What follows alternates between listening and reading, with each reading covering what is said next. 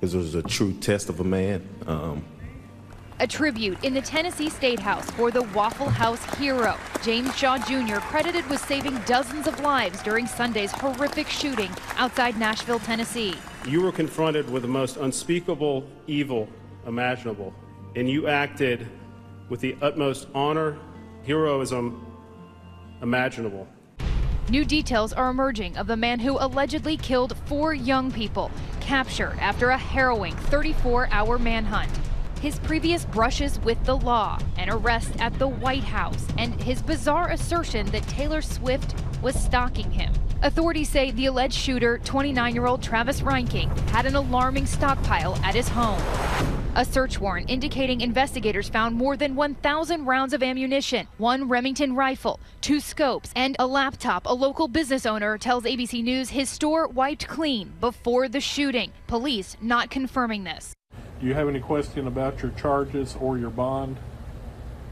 No, I don't. Reinking is under mandatory medical observation, charged with 4 counts of murder from Sunday's rampage. His bond, which was once set at $2 million, has now been revoked. Does he seem remorseful in any way? I haven't heard that word. It was early Sunday morning after a night of clubbing with a buddy. James Shaw Jr. stopped at the Waffle House in the town of Antioch, as he told my colleague Good Morning America co-anchor Michael Strahan. It was about 3:17-ish when we walked in. I saw his face. Witnesses at Waffle House say they spotted Reinking sitting in his pickup truck in the parking lot. Then, at 3:23 a.m., police say Reinking got out of his truck wearing nothing but a green jacket, wielding this AR-15 assault rifle, first fatally shooting 2 people outside the Waffle House before coming inside to continue his rampage. Shaw, a 29-year-old electrician, realized he had to act. He shot actually through that door, and one of the bullets grazed me. I think that's when I became alert about the situation. It was like there's no running from this. The suspect stopping briefly to reload. The barrel of the gun was down, so that's when I took my opportunity, wrestling it from him, and I ran through the door at full speed, hit him with the door, and took the gun and threw it over the bar, and then I took him and myself outside the restaurant. His hands still blistered and burned from grabbing the piping hot gun. I just knew it was me or him. Without his weapon, police say the suspect fled the scene on foot. He went to his apartment, put on a pair of pants, and then went to a wood line behind the apartment. But this tragedy cutting short 4 young lives, all of the victims in their 20s. There was Aquila De Silva, 23, a student and aspiring rap artist and music producer. Aquila's older brother mourned the loss of his baby sibling to CBS. He looked up to me, but I looked up to him at the same time because he was real smart. He was a real good guy. Never got in trouble, none of that. De'Ebony Groves, a 21-year-old Dean's List student at Nashville's Belmont University, remembered for her dream of becoming a social worker. 29-year-old Tarian Sonderland, a longtime employee of the Waffle House. And 20-year-old Joe Perez, who worked as a subcontractor, was shot in the parking lot. His mother posting on Facebook, "Our lives are shattered."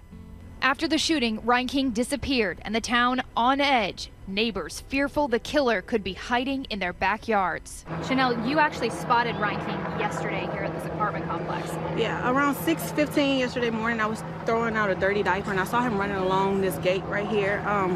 He had on like dark colored pants, navy. Hundreds of police and heavily armed officers went door to door in an exhaustive search. There's too many places to hide around here. From a distance, it looks like this guy. He's got mud all over him. In the end, a tip from a citizen led to Reinking's arrest on Monday afternoon. I'd get somebody over here. This is right where he lived. It's that suspect y'all are looking for. Reinking cornered by a swarm of officers, cuffed in the woods behind his own apartment complex, less than 1 mile from the Waffle House. Detective Williams drew down on the suspect. The suspect proned out. He told him to get on the ground. He got on the ground immediately. Police say he was armed when he was captured. When he was caught, he did have a maroon shirt, dark jeans, and a black backpack with, again, a silver Kimbrough semi-automatic weapon. Now, there are growing questions over Reinking's repeated brushes with the law. This video, released yesterday, shows a dangerous pursuit of a stolen BMW from last Tuesday. Police now saying it was Reinking behind the wheel. The vehicle was recovered from Reinking's apartment complex.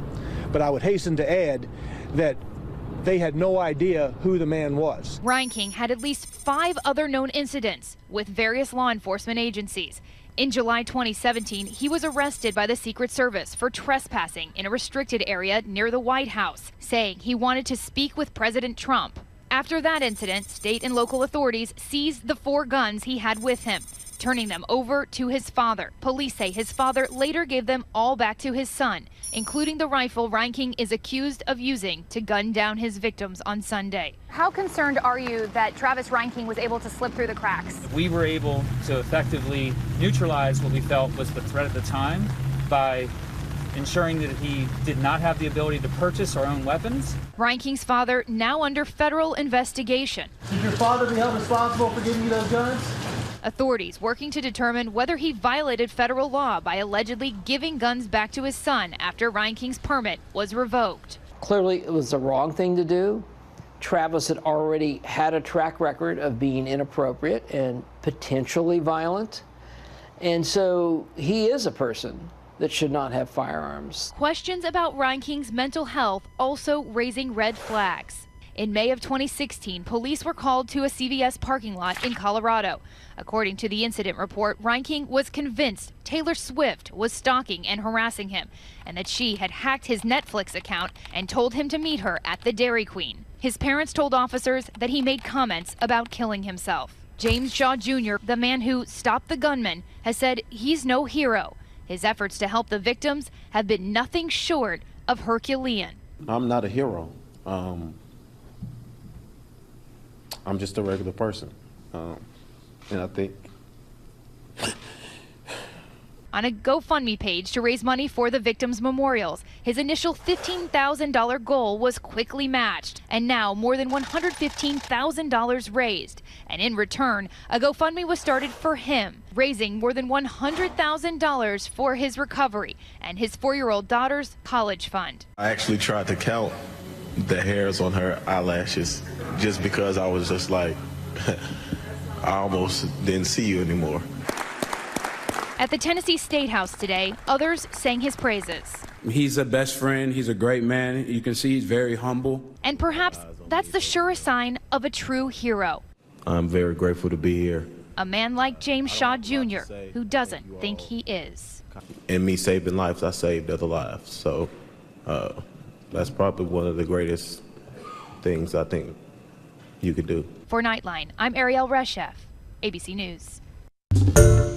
Hi everyone, George Stephanopoulos here. Thanks for checking out the ABC News YouTube channel. If you'd like to get more videos, show highlights, and watch live event coverage, click on the right over here to subscribe to our channel, and don't forget to download the ABC News app for breaking news alerts. Thanks for watching.